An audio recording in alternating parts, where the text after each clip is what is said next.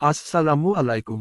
Anal ফিস্টুলার বা ভগন্দরের লক্ষণ, ঔষধ এবং হোমিওপ্যাথিক চিকিৎসার সংক্ষিপ্ত আলোচনা। এনাল ফিস্টুলার বা ভগন্দর হল মূলদ্বারের আশেপাশে ব্যথা, পুঁজ বা রক্তপাত এবং গোলাভাব।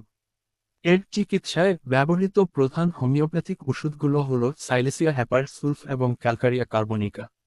এনাল ফিস্টুলার লক্ষণ: মূলদ্বারের চারপাশে তীব্র ব্যথা, যা বসলে বা হাঁটলে বাড়ে। মূলদ্বারের পাশের ত্বক থেকে প্রায়ই পুঁজ, রক্ত বা মলরস নির্গমন হওয়া এবং দুর্গন্ধ থাকা। মূলদ্বারের কাছে ছোট শক্ত ফুসকুড়ি বা ফোড়া যা বারবার ফেটে পুঁজ পড়ে। ত্বকে চুলকানি, লালচে ভাব ও জ্বালাপোড়া করা। হোমিওপ্যাথিক ঔষধ: অ্যাসকুলাস হিপোকাস্ট্যানাম।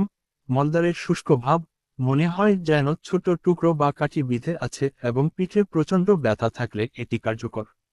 সাইলেসিয়া, ফিস্টুলার মুখ দিয়ে দীর্ঘদিন পুঁজ পড়ার সমস্যা এবং ক্ষত শুকাতে না চাইলে এটি অত্যন্ত কার্যকর। হেপার সালফ, নতুন ফোড়া পেকে যাওয়ার উপক্রম হলে এবং অতিরিক্ত স্পর্শকাতর ও ব্যথা থাকলে ব্যবহৃত হয়। অরা মিউর, তলপেটের ও শরীরের গঠনগত লক্ষণ অনুযায়ী।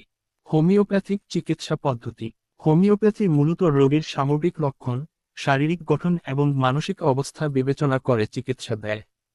এটি ফিস্টুলার ভেতরের নালী বা ট্র্যাক্ট শুকাতে এবং শরীরের রোগ প্রতিরোধ ক্ষমতা বাড়িয়ে রোগটি পুনরায় হওয়ার প্রবণতা কমাতে কাজ করে।